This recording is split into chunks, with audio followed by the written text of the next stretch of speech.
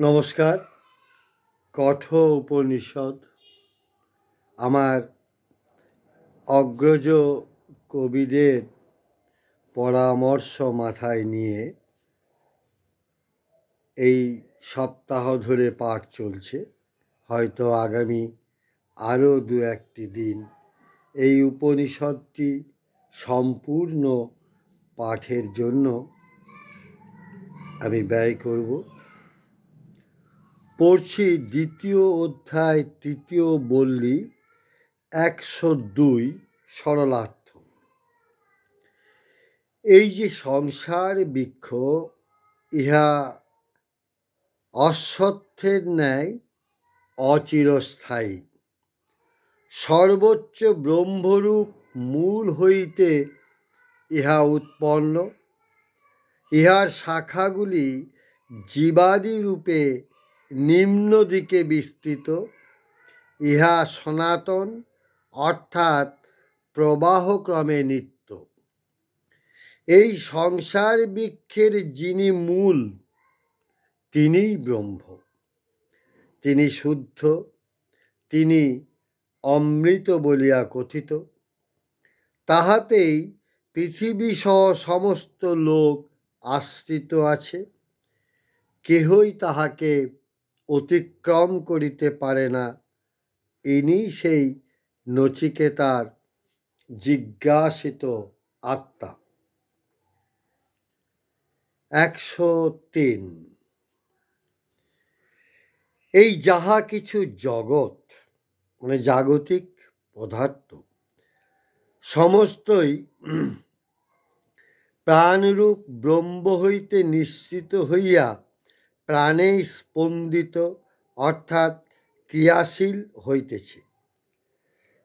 তিনি উদ্যত বজ্র পুরুষের ন্যায় মহৎ ভয়ের কারণ। যাহারা ইহাকে জানেন তাহারাই অমৃত লাভ করেন। 104।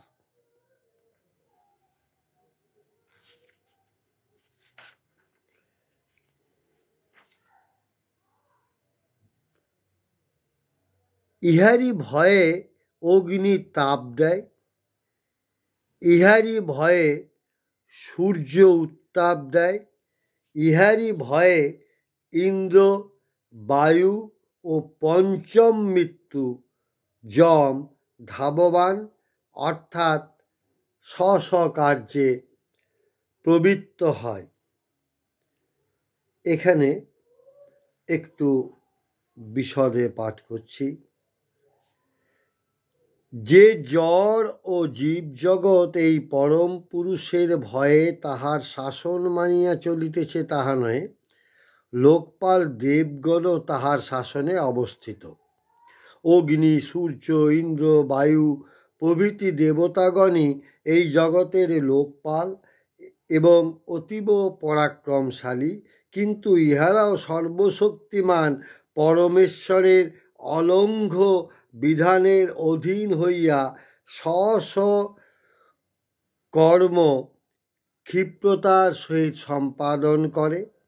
সর্বসংহারক মৃত্যুও তাহার শাসনেরই অধীন।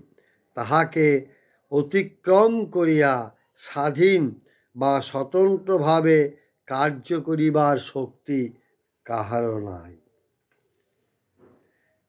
যাহারা মনে করেন যে সনাতন ধর্ম বা হিন্দু ধর্ম অসংখ্য দেবদেবীর পূজা করিয়া থাকে এবং দেবদেবীগণকেই পরম ব্রহ্ম মান্যতা দিয়া থাকে, তাহারে যে ভুল।